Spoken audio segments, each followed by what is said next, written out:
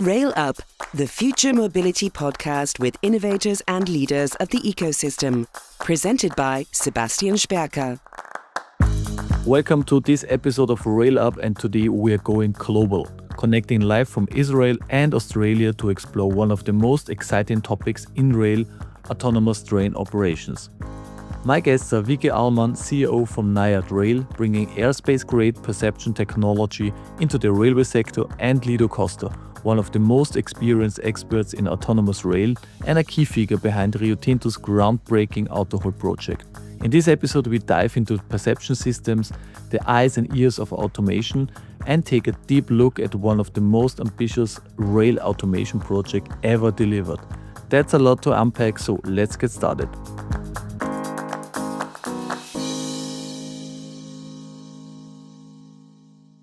Hi, Vicky, and hi, Lido, and welcome to Rail Up the podcast. Vicky, do you see yourself more an innovator or a leader? Hi, Sebastian. Thank you for having me on this podcast. I would say that my job is basically to lead the innovators in my group and to help them be the best innovators they can be. I have to be an innovator by my soul, but my main job is to be the leader for the other members of the team. And what about you, Lido? Hi, Sebastian, and thanks for the invite. I think I am more innovator's help, so I get very heavily into the technical details. So I've led very large technical teams as well, but I like to be right in the nitty-gritty when it comes to the technologies and how they're advancing. Yeah, then let's start. Today we're talking about autonomous driving and of one of the most important and ambitious projects in this field, and that's Rio Tinto's autohaul train system. We will look at the technology enabling the next steps in autonomous rail with a special focus on perception system as a key component. We will also explore how this topic connects to my guest and their work. Interestingly, highly advanced perception systems are not yet part of the current autohaul trains.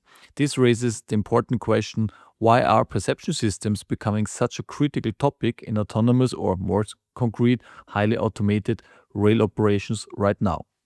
Well, perception is becoming critical because railway is already touching the limit, I think, of what rule-based automation and signaling can deliver. The capacity demand is up and the labor is becoming limited, and safety is not something railway can compromise on. So the shift towards automation is clear and natural. But to go into autonomy without perception is just going blind.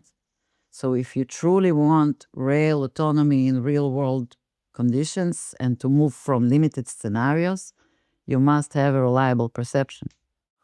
Or in short, the perception system is the ear and eyes of the autonomous system. And let's jump into the technology. Which hardware you're using?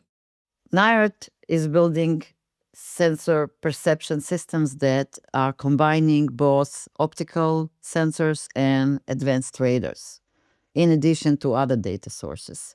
Currently, legacy systems, so you can say traditional systems, use optics, LiDARs-based sensing, but the same way as in the automotive sector, everybody is using all the physical domains in order to give the best performance. The same way NIART is delivering for railways. So you're working for NIART, and this company is a spin-off from an aerospace company. So you're taking space technology and bringing it down to us. We are a spin-off from an aerospace industry, and we are bringing the aerospace know-how and the engineering concepts into systems that are developed for rail. Yes. Yeah. What is the difference between now space and rail? So what are the biggest difference in terms of technology and environment? I mean, of course, space is a different environment than on Earth, but I can tell you that surprisingly enough, not a lot of difference. Coming from aerospace engineering, you need to treat the systems as mission critical. And it's the same for rail, and the environmental conditions are difficult. And sometimes you have only, one opportunity to prevent an accident, to prevent a disaster. You need to build the systems reliably. You need for them to be robust. You need to be able to record and debrief everything and to have data with high integrity and be able to access the data in order to understand what happened if something happened or how to prevent it next time if it was a near miss. So you need to deploy the same engineering techniques by design into the systems that go to rail. But at least the repair is probably much more easier on Earth than in Well, space. that's true. When you send the system to space, that's it. You're never going to see it again, probably, unless you are, X-Space. So And can you also describe a little bit about your product? So you have like a perception box, I guess, right? And this will be then in front of the vehicle. the system has basically, you can say, two main components. One is the outside mounted sensor suit, and it's several sensors, radars, cameras, can be also lidars. And you have the inside cabin or inside the platform equipment, which is the edge computing, because we are doing everything on board. And all the communication equipment and everything that is needed to be connected to the ATO systems. And in case you have a human driver in cabin, then it's also going to be the driver console for him to look at. You talked about the sensor fusion. So, but in rail, what would you say if you have to pick one? What is the most important sensor when it comes to your perception system? When you say one sensor, I don't think any one sensor, any single sensor can be defined as the best one or the only one. In order to have reliable systems, you need to have the sensor fusion. You need to go to complementary physical domains. So we are combining radar and optics because they complement each other. When the optics fail because you cannot see, radar will continue to operate. And when radar is not capable to provide classification, the electro-optics will provide that in good visibility. And we are adding more data sources to this mix. So it has to be multiple sources of data, multiple physical domains, and this is what will bring the actual performance railway need.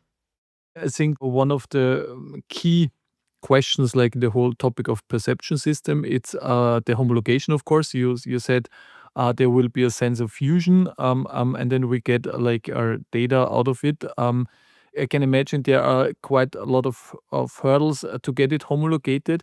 But let's go to Lido because he was a key figure for the auto system of Rio Tinto. So what is your experience, Lido, when it comes for taking new technology around highly automated driving to get it homologated?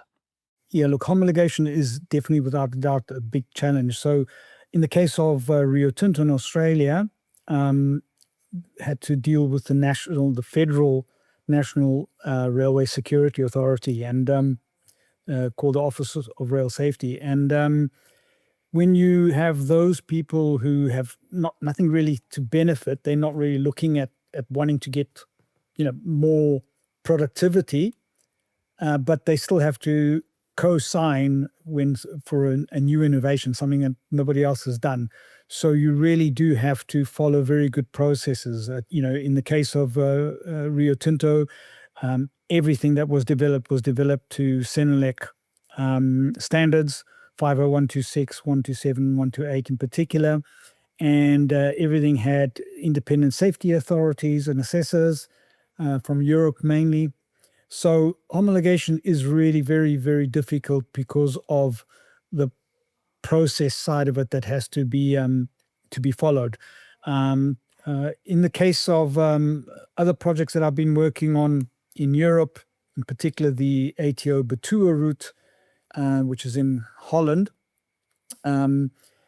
there we are actually developing some of the new standards for future freight GOA2 and GOA4. And again, we're busy doing a trial at the moment in Holland. We have 2 locomotives that are starting to do some trial runs.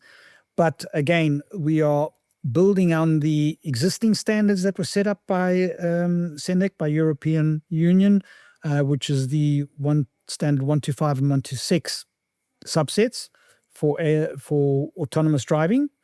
and subset 139, which is the interface. And that's the critical one because in Europe, the current TSI says that you will not go to GOA 4, so that's unattended driverless trains, without a perception system.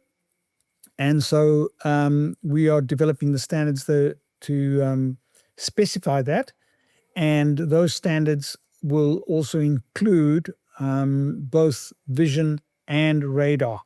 So only systems that can provide those two as a form of redundancy, but also because of weather, the ability to make sure that trains can still go when visibility is not good enough to do that. But it is a huge challenge and a huge investment. It's a very large portion of your budget is spent in getting independent assessors, verifying, testing, and showing that and quality audits to show that all your processes have stuck to the CENELEC standards, and that is the biggest challenge by far. And we'll come later on to the project, but can you just give us an idea like how long it took to get an homologation for the new auto-hold system? Yeah, so auto-hold in total took nearly 10 years. Wow. From the beginning of the original feasibility studies, city studies. And this is with a very, very big team. We're talking, for at least 7 of those years, there were over 400 permanent engineers across the globe. So in the States, Europe, and Australia, full time. And of those 400 engineers, 300 odd were mainly in the software and development and testing area. 100 were sort of more installation technicians and that type of thing.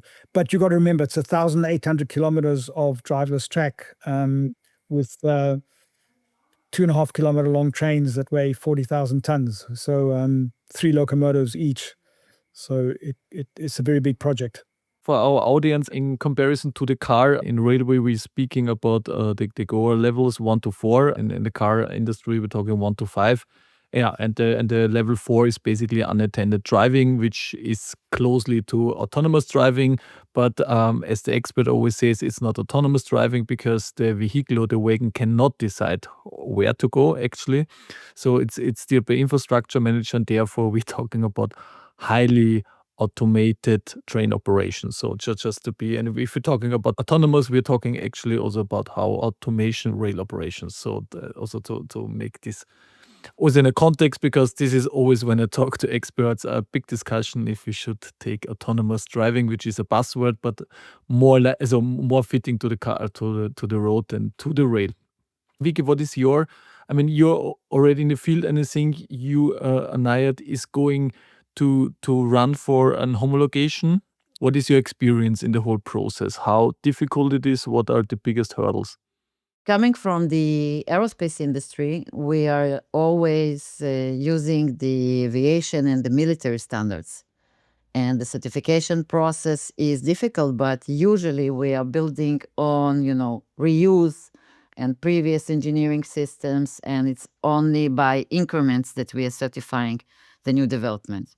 Coming as NIART to introduce totally new perception system, totally new sensing and sensors into the railway market, homologation is going to be a gradual and a long way to go. And this is a journey. We understand that.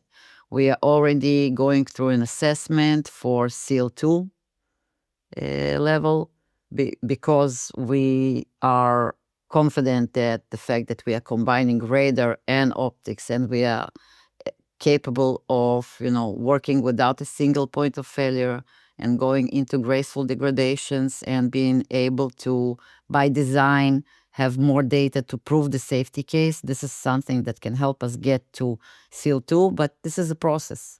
And the way to expedite the process is to start deploying the system, maybe in a shadow mode, maybe as a driver assistance first, before it goes into as a full autonomy or full automation, and to gather the data and bring the actually scalable evidence to the certification bodies. So you're from Israel, but you're acting also globally. Where are the most friendly environments in order to test, to get it homologated? And what do you think, where is it really, really difficult to get through? Friendly is a big word. We need to look at the areas, or actually the operators and the countries where the risk tolerance is the lowest one. Because when you are looking to reduce your risks, and on the other hand, you want to improve your efficiency, this is where you're going to be ready to put in the time, the money, and the effort to bring these systems forward. So I think that companies like Rio Tinto and mining in general, they can see the immediate revenue, or let's say the return of investment on every technology or every process they bring into their operation. So and they are the sole responsible for their network, their infrastructure, their drivers, and their platforms. So if they decide to do it, they're just gonna do it. And I think it's a good lesson for everybody in the railway world, because it's so distributed and so many of the different elements of the operation is distributed between the different companies. One is for the infrastructure, the other is for the platforms, the other's one for the drivers, and this is the passenger and this is the freight. And if it's not coordinated correctly, then everybody will just keep waiting for the other one and nothing will be moving. Okay, but if I just like interpreted your what you're saying is basically that are like the best environment. What you see, it's like let's say private rail tracks, an operation system such in Australia. I would guess like the also more friendly is like the US, because you have the FRA, but you have the six integrated railroads, the big ones, the class one. And they are also interested to combining infrastructure and the operations, obviously. Yeah, and then I would say, like at least in the Western Hemisphere, then it's Europe, right, where you exactly find yourself in a jungle in terms of homologation processes and different interests, and would be my take, right? Is this something which is also matching your experience? I think you are absolutely right. US is the next big territory to start the automation. If we are not talking just automation, but rather perception systems and sensing and improvement of operation and safety, we are working in India. Over there are no big automation ambitions, but they are starting to deploy these systems, and they have like the largest worldwide network of railway, and they want the systems to be driver assistance, but they are already rolling out usage of such systems, the first in the world. Okay, and then we're talking about passenger and freight trains in India. In India, we're talking passenger trains first, actually. Okay, and there your systems are already deployed. Yes, we already have several systems deployed there and need to and continue to deliver more. So this is working, and where you're on the homologation process. We have done a few certifications for the Indian Railways on the system. We are not on the safety case there yet. Again, this is driver assistance only. So our mission as the sensing organs of the train is to be the eyes of the driver when the visibility is bad, but the eventual decision and the action taking is done by the driver. So we are not a safety critical system there. Lido, you probably also have quite experience. You mentioned already, so we have the Autohol project in Australia in the Pilbara region. We do have in Belgium on the Petunia line, like also the test case. Do you see somewhere else, like in rail freight, especially some cases where perception system, but also like autonomous driving projects are up and running? Yeah, just sort of echoing what you were saying. I think, places like Australia where they have very large private railways, when the railway operator, infrastructure manager, and the whole railway is owned by one group, it makes it much easier in many ways. And then, like you say, the next step would be the Americans, because of BNSF, CSX, Union Pacific. They came and visited us in Australia so many times because they are thinking in that direction. And if you look at already with their leader system from New York Airbrake and the Wabtec TripAdvisor, they are slowly adding more functionality to those systems that they're already becoming almost driverless. Well, not driverless. They are driving as driver assistant. So they're already applying brakes automatically and things like that.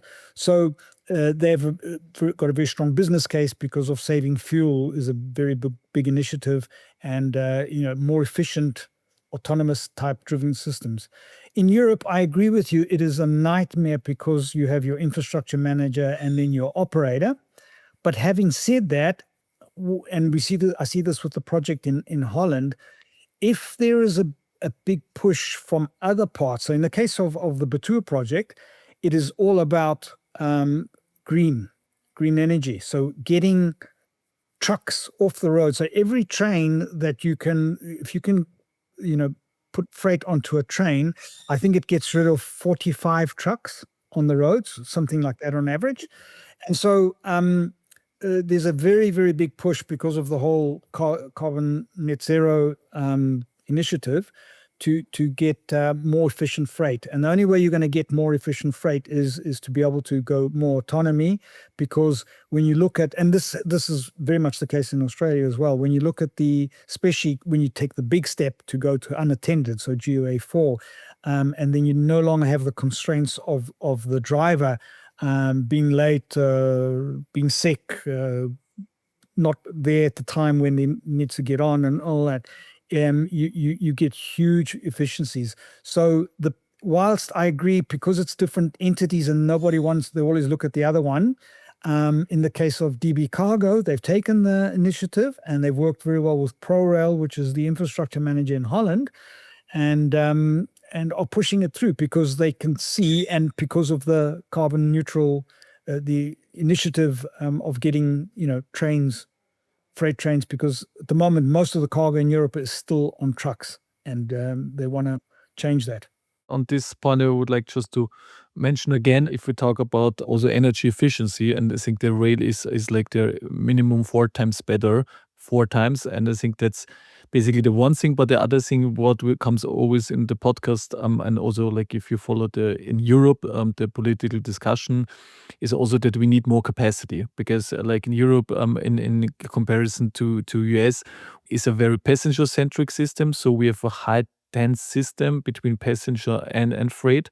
And this basically leads to capacity bottlenecks, obviously. And with all the construction works ongoing right now, I think it's even also very important to be flexible, because the local driver, you said sickness, you said etc. But I think that the most crucial point is basically that you're more flexible, because if you are late, if something happens, if you're going from Germany to Turkey, you have to cross several borders, infrastructure manager, and there's so many possibilities that something go wrong. So you need to be flexible, and I think this could also pay in terms of the capacity, the flexibility, but also in terms of the safety. My next question is, if we apply perception system, you said, Vicky, sea level 2, and also to think about the core level 4. So which business models do you see and where the systems could be deployed, Vicky? There are many business models that we can already see emerging. There is the typical, you can say the traditional one, where you buy the systems, you pay for their deployment, and then there is some kind of annual licensing and maintenance fee to come with it. But it can also be leased for a specific amount, let's say annually, that will include everything, the upgrades, the licensing, and the actual deployment, and to get it with a discount after several years of use and building the safety case. I think that for NIART also, because we are using advanced sensing technologies, and we also by design do data recordings and a lot of analytics, I think for us also the shift in business model, once we have enough systems running on the tracks, it can definitely go into the data mining and data as a service model, where we will be able to monitor the environment, to predict events, to provide the data offline and online to the infrastructure manager or to the rail operator, and to pinpoint the specific issues, to the exact location, because the radar can measure it very accurately. So I think we start as sensing company, perception, hardware and software included, working, facing the customer, the railway operators and the platforms. But then as the data is growing and accumulated, to do the shift into the data mining and the analytics and the software stack.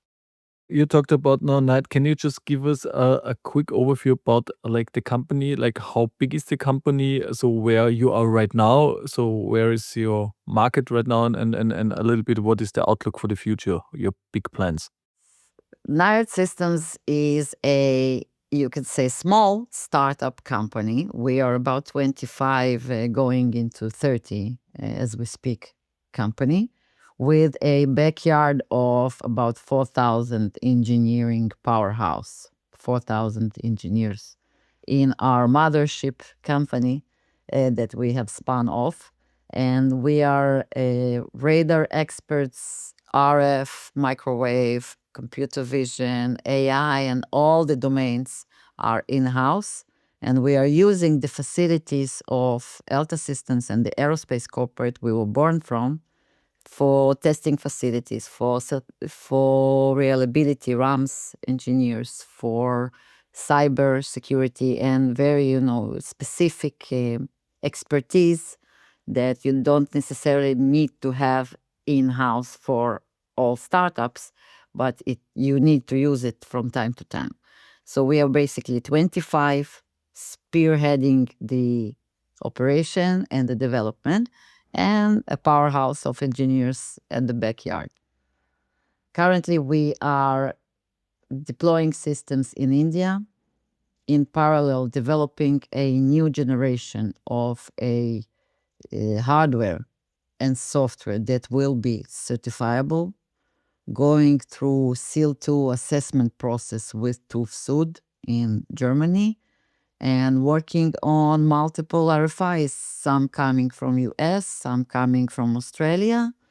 And we are constantly getting exposure and, just bringing our systems out there, because this is a technology that has not been introduced to rail before. So the companies and the playmakers and the decision makers need to know it's there. Great, thank you. And what is quite interesting that most of the I call the startups the rail tech companies, the new ones, most of them are having like their roots in the space or military. So basically, that's I think the new way of moving like technology and knowledge from space from military towards the rail. Yeah, and now coming, Lido, about the Autohol project, the mega project, I would say. Can you give us an overview about the project? You mentioned before a little bit about the kilometers, about the weight of the trains. So it's a huge project. Give us an overview and also the motivation behind the project. Sure. So Rio Tinto operates roughly, it changes depending as they come there, but 15 mines in the northwest of Australia and 3 ports. And so the empty train leaves. It's a 2.5 kilometer long train with 3 locomotives at the front, and it'll leave the port empty, all the wagons empty. So it's 250 wagons, and it will drive to one of the mines. Typically, anything between the closest mine is sort of 500 kilometers. The furthest mine is about 900,000 kilometers away. So it drives there. It then goes into the mine. It's loaded, various types of automatic loading or with trucks. And then it drives loaded back to one of the ports, where it then gets stocked into the ships and then sold to China or the various customers. So as I'll say, the trains are 2.5 kilometers long. And when they empty, they weigh about 10,000 tons. When they get loaded, they weigh nearly 40,000. So it's a payload of nearly 30,000, 28 to 30,000 tons. That's 10 trains in Europe. Yeah, I know. And because of that, and because the first part of the trip is going up, we actually add another 2 locomotives at most of the mines, not at all of them, but most of them, 80% of the mines. So the train actually goes with 3 locomotives at the front, 250 wagons, and 2 locomotives at the back, all driven autonomously by the ATO. So the 2 at the back are pushing, the 3 at the front are pulling, and they will travel the first sort of 100 kilometers in that way, and then on the run at designated spots where the track is now going to start going more downhill towards the coast, and 3 locomotives is enough. The 2 locomotives at the back detach on the run without stopping the train. So they detach, come to stop, turn around all autonomously, no drivers in any of this train. So there's 3 kilometers of train with no drivers anywhere near. They then drive back to the mine to be ready for the next train, and the autonomous train with the 250 loaded wagons and the 3 locomotives drives to the port. And when it arrives at the port, a driver then gets on board to go through the shunting. So the driverless part is for mainline operations, not for shunting. In terms of business case, the very clear business case was purely financial improvement. So it was never about drivers. So Rio Tinto had nearly 870 drivers at the start of the project. It now has less than 200. But that was not where the business benefit was. The return on income was purely about not stopping the train. So before autohaul, to get a train to the port mine and then back to the port, we would have to stop it at least 3, sometimes 4 times for driver exchange. So a driver would do a 12-hour shift. Another driver would have to then drive to the anticipated, depending on delays on the track, it's very variable, as you can imagine, to a designated stopping point and exchange with the other driver and then take off. So you're stopping a 40,000-ton train and then restarting it again, and you lose at least half an hour doing that, plus huge amount of fuel and energy, as you can imagine. So just by not stopping the train 3 or 4 times was the return on investment on that project. Many other benefits came that were not expected as much, but that was the drive. The other benefits were energy efficiency. The fuel efficiency was around 6% benefit compared to the average driver. And it's like anything. What happens is when you automate systems like this, your normal driving with drivers, with 800 drivers, you have a bell curve. You have your very good drivers and then a lot of bad drivers and then some very, very good drivers. We got to, and this was when I left, so I'm assuming it's gotten better. We were at the 96th percentile. So we were better than 96% of the drivers. Only 4% of the drivers were better in terms of efficiency. But every single time, it's very, very consistent. A lot of also maintenance benefits, which again weren't so expected with drivers because of the variability and very difficult to drive heavy trains. We used to get around 12 train breaks, so train separations a year, 1 a month on average. Now we get less than 1 a year. So 1 a year, sometimes some years, only after 18 months do we have one. So this is again because you've got very sophisticated computers calculating in-train forces.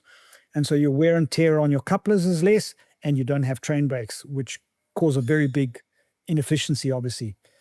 In terms of the development, as I say, it started in 2008 and we got certification, homologation from the Office of Rail Safety, the Federal Office of Rail Safety Australia in 2018.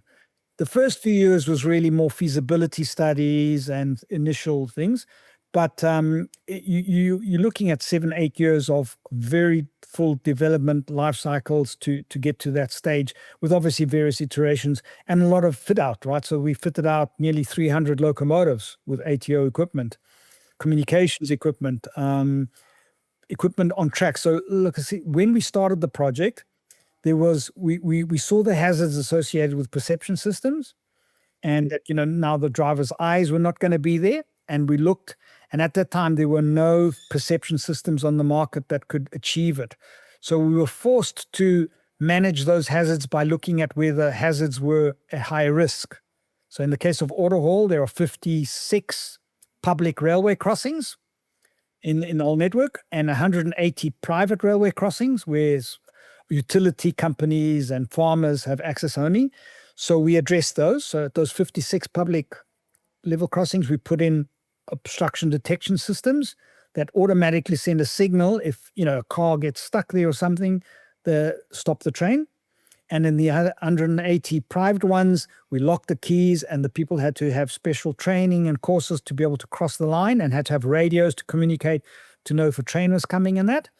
And then the other big threat was track workers, and we had to put in special additional precautions for that with transponders to warn them. So they put out a transponder, and the whole train detects it and detects the horn and that.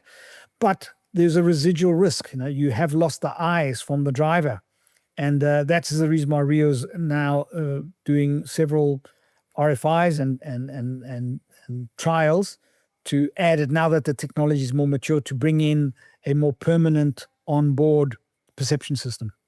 At the time when you started, because it's already in 2008, almost like 2 decades ago, there were no perception systems, and so you designed the whole environment around this auto hall without the eyes actually of the driver. So you changed the environment and not really the train. Correct. Yeah, we controlled where the hazards were.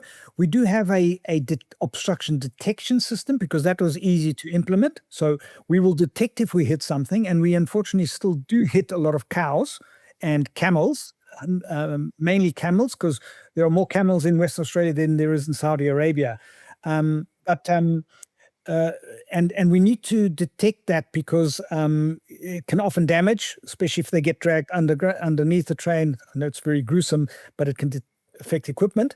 So we have a detection system, but at the moment we don't have a perception system. And that's what, as I say, they're looking at, because you can avoid a lot of those animal type encounters as well if you can see them through a perception system, because that's what the drivers do. The drivers actually switch off the lights and then switch on the light, because often the animals get stunned by the light, but we don't have that at the moment. So as I say, that is now part of Rio Tinto's, because the technology has matured, and there are several companies coming up with viable perception systems, and that will be the next phase. And there is no camera system and a loco driver who could, in events, steer the locomotives right now.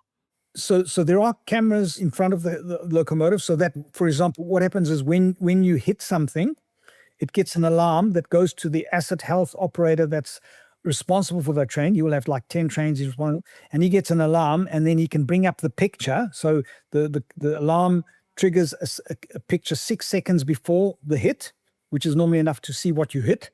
And he then can make an evaluation as to whether you should stop the train immediately or later on. So if we hit kangaroos every trip.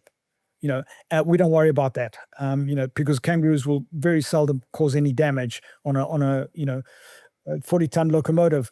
But if it's a very large animal, and if it's a cow, we have to, because with the cows, we have to then report it to the local farmers, because we compensate them. And when we then tell them we hit one of their cows, they always say it was their very prized, expensive cow. We have to pay them for it. Okay. And then you release the loco. So if the asset manager said, okay, you can go further, check on the locos, then you restart. Yeah, okay. But we do have recovery places. So we have drivers available in little hubs, always within 3 hours of a train, which sounds like a long, but even then we still got, I think, nearly 20 of those hubs with 2 permanent drivers in each time, 24 hours. Remember, this is a 24 hours, 365-day operation. Never stops, except when you have cyclones. And even then, it's only in the coastal area that you stop the trains. The inland ones continue. Wow, that's really massive. And I just have to correct myself. It's not 10 trains, it's 30 trains, because I would say that the average payload in Europe is roughly 1,000 cross tons. So it's 30 trains, and you just have Rio Tinto 1. And now the system is running since 2018, so almost 8 years. So what is your overall experience about how sustainable and how reliable the system is running? So I think the biggest surprise is, when you're developing and introducing these systems, there is a lot of skepticism and reluctance from a lot of people. I mean, the drivers by nature, obviously, that's going to be a normal reaction if you're going to a driverless system, even though railways will always still need drivers. And like I said, Rio Tinto, even though they went from 860 to 230 or something drivers, no driver actually lost their job. They offered them other roles, they did training. but there were quite a few that were ready to retire. It's one of the biggest problems in Europe as well, right? Absolutely. Driver availability is a big problem. Nobody wants to be a train driver anymore. So the driver pool is getting very old. And it's one of the reasons why automation is also going to be necessary. But I think the biggest thing is it's those benefits that nobody ever thought of. That variability and flexibility that it brings is amazing. You know, when there's an issue on the track or something, you press a button, you stop a train, and it can sit there for 8 hours while the problem gets fixed. You know, a maintenance issue, or like I say, a cyclone or something. Before, every time you did something like that, the logistics of getting drivers, making sure he can get picked up and taken somewhere safely, and then somebody brought back, someone to secure the train, all those things disappeared. And so the it's almost like a little toy. If you go to the center in Perth, it's all controlled from Perth, which is itself 2,000 kilometers away from where the trains are. And you see these guys, you know, and say, well, I'm just going to hold that train. We're going to have some work here, or we've got some priority of other trains and that. And he presses a button, train sits all there, and, you know, there's no worries about the person there and worrying about their shift and their fatigue or anything like that. It'll sit there for 10 hours, 20 hours, and then when you press the button, off it goes.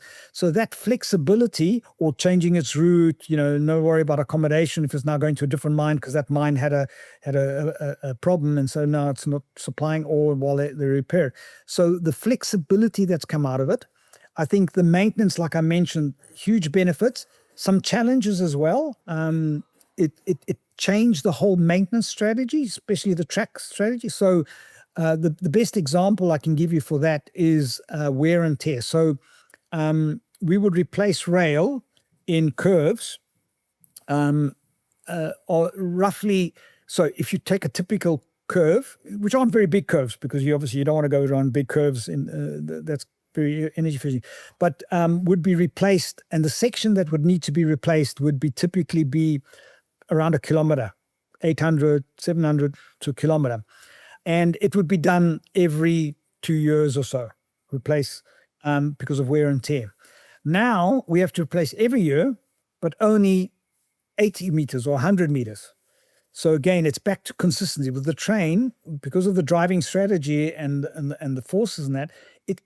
Every train goes through that curve exactly the same way. Before, the drivers would be coming in at slightly different speed and then throttle out or power brake in. The strategies are all very different. And so you get a more even wear and tear, but over a much longer bit of track. Now we have unbelievable wear and tear in one spot, but the rest of the track you don't touch. So we replace much less track, but more often, because it's more consistent. So consistency is a very big one.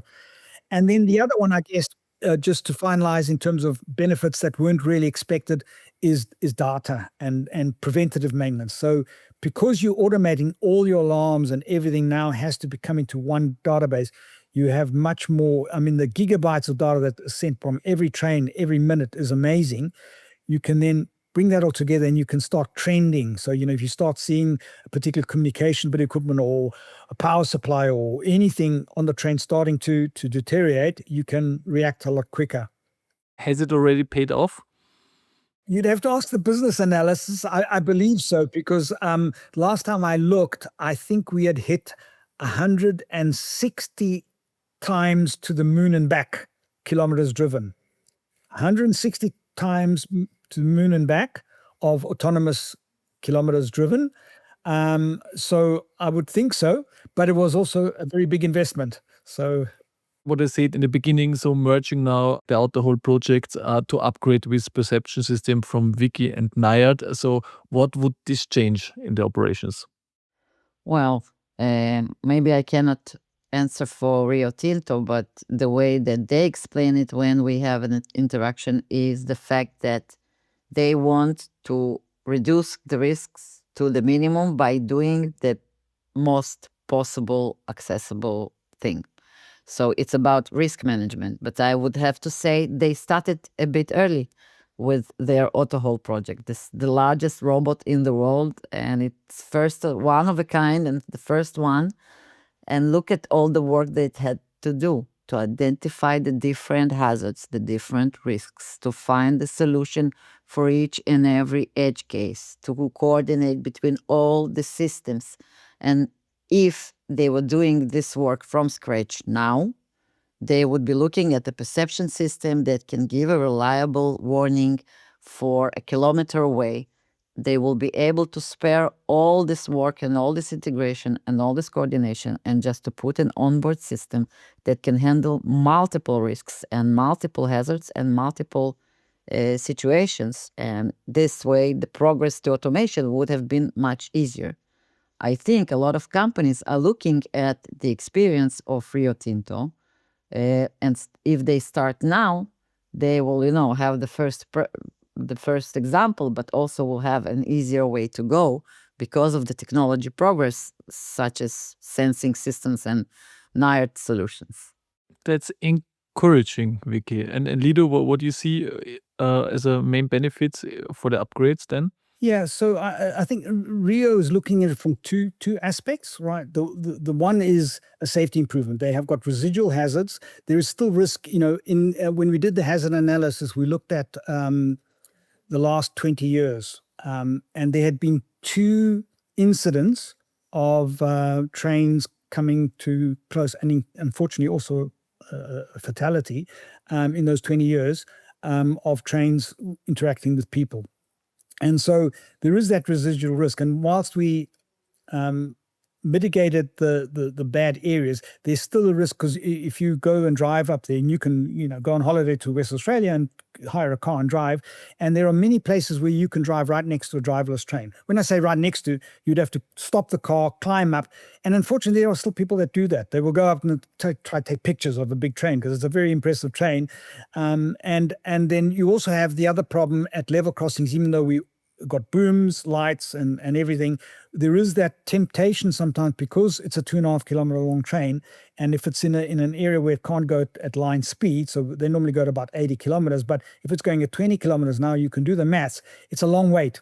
And so a lot of people will sometimes rush the level crossing because they don't want to have to be stuck waiting for the train to go past. So there are these residual risks, and there are areas, there are local Aboriginal villages in some areas where the discipline is always not there. And so Rio's always been aware that there's this residual risk, and wants to have a perception system that can really react if an object is detected.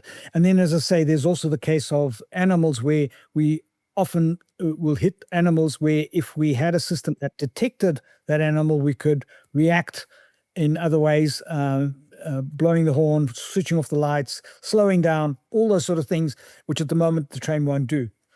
There is also some other maintenance, if you want to use that word, and other sort of environment things that Rio's learned over time, that losing the eyes from the train has not had a benefit. So they're not direct safety, but things like when there's a fire in the area, before a driver would always report it. Now trains will go past fires. The train itself is okay, but you lose that alertness of that person there. When there is rock falls, even though they're not near right on the track, they're close by.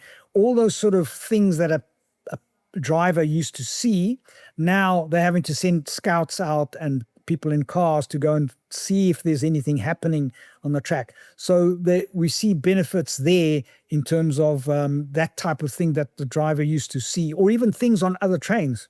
When another train comes by, if there's something funny on the locomotive, or smoke coming or anything like that, we've lost that ability. So bringing back eyes to the train is for those benefits is the main reason that Rio is looking at perception systems now.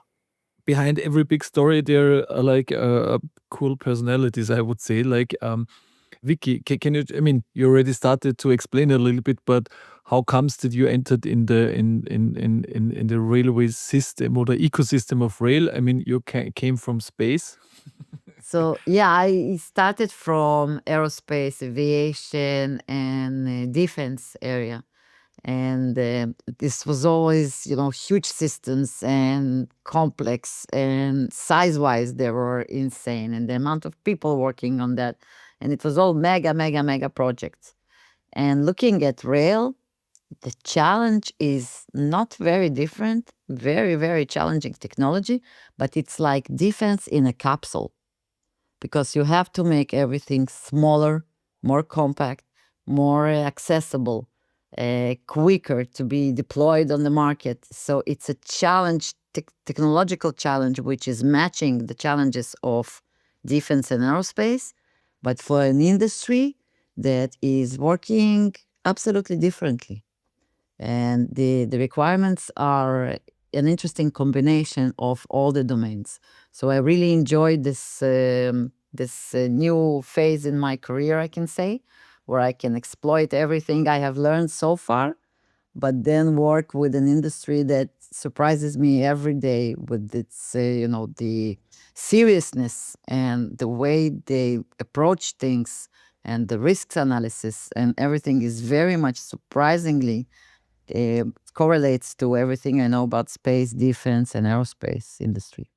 A lot of my guests always say like that the environment and the people working in the rail, it's much more family feeling, and they're basically really cool experts and a good vibration. So you can compare it also to the defense and space. So is it really like that? As a newcomer in this industry, I can say it's a very family-like, you can say niche organization, and people are staying in this industry for decades. I am talking to people that go from, one company to another. They are switching job, they are switching companies, but they still remain in the industry. They live, they breathe, they eat railway for breakfast, and they never want to leave. Never want to leave. And I've met people that are generations already in the industry, and it's so heartwarming to see how people are still, excited about everything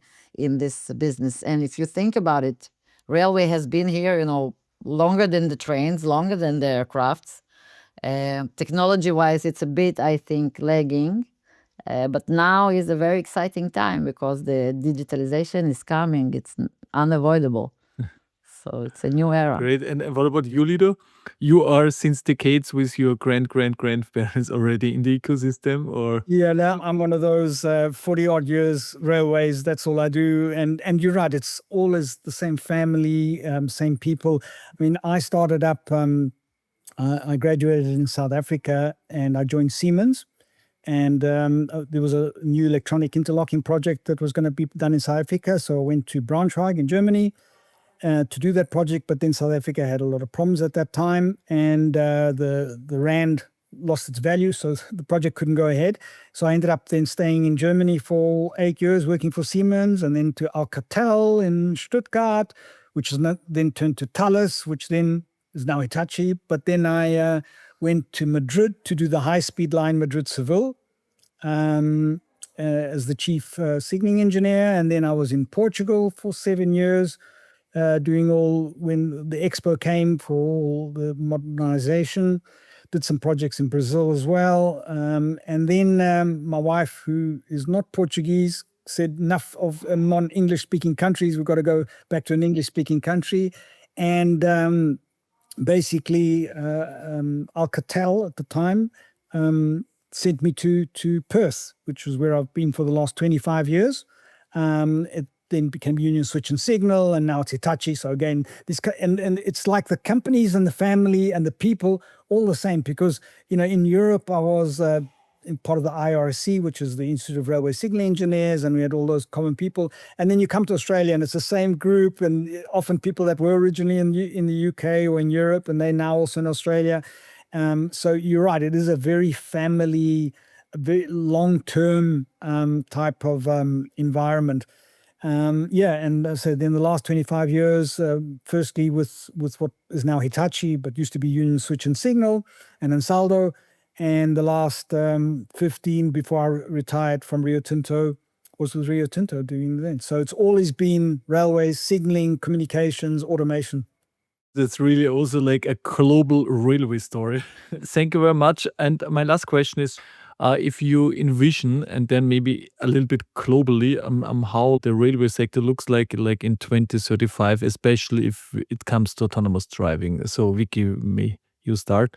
For me, the dream is to see by, let's say, 2032 or 35, to start seeing the freight and the passenger trains driving on the main line without a driver at all, to start seeing new models of transport, shorter trains, lighter platforms, self-propelled units that are being fully driverless and helping the suburbs and the small cities and the small villages to be connected to the main lines and the big cities. And I would love to see railway operation, taking the highest possible peaks and replacing the cars on the road as soon as possible. That sounds good. And Lido? I'm optimistic now. Like you mentioned earlier on, railways do lag other technologies. They've always have been. I remember when we first introduced LED signals, it was 10 years after everybody else already used LED signals because, you can't prove the filament, you can't, the safety is not there. So very conservative when it comes to railways. But I think the world is changing quite fast, and this drive for efficiency and for more throughput is forcing everybody to think that railways have to come through. And the key, because we saw it also with ETCS. So if you look at ETCS, it took much longer than everybody thought. Right. Same way in the States, PTC is taking much longer than they thought. Everybody says, we'll develop a standard and in 4 or 5 years, we'll make everybody use it. And ETCS, and, as you know, level 3 is probably no longer going to be done. But the point being is once it is done, everybody does it. Everybody uses it, and really does become competitive when you have lots of companies that can provide a homologated, interoperable system. So I'm confident that, Europe will push this through, and once they mandate it, then take-up will be very quick. But it's getting the homologation that first, and the standards, the interoperability standards, because in Europe you can't do anything individually like Rio did, even though they tried to stay as much as possible with the European standards. So I'm hoping in 2035 you'll start seeing a lot more driverless trains in Europe. That sounds great. So let's take the challenge and be pioneers. And that's all about what the podcast of RAILUP is. So thank you very much, Vicky, to be my guest, and also Lido for your insights and to be the guest of RAILUP. So greetings to Israel and to Australia. Thank you very much. Thank you. Have a great day. Sebastian. What's the takeaway from this episode? My key takeaway is simple. You have to get started to truly uncover the full range of benefits automation can deliver. In the end, it's a clear business decision to invest. In the case of AutoHaul, the strongest economic driver was eliminating unnecessary train stops, avoiding the costly restart of a 40,000-ton train. Beyond that, automation delivered additionally benefits in efficiency, consistency, and flexibility. Homologation and certification, especially when targeting higher automation levels such as SIL 2 or beyond, remain complex and demanding processes. Perception systems typically begin as a driver assistance solution before enabling higher levels of autonomy. Interestingly, AutoHaul currently operates without advanced onboard perception, but is now exploring upgrades to further enhance safety and reduce residual risks. On a lighter note, we learned that there are more camels in Western Australia than in Saudi Arabia, and autonomous trains encounter them quite often. Finally, whether you enter rail from another industry like Vicky or you spend decades in the sector like Lido, rail remains a unique, global and almost family-like ecosystem. The future clearly points toward great automation. And it is people like them who are shaping the transformation. And that's RAILUP. This podcast connects innovators and leaders worldwide to shape the future ecosystem of rail. RAILUP by Sebastian Sperker.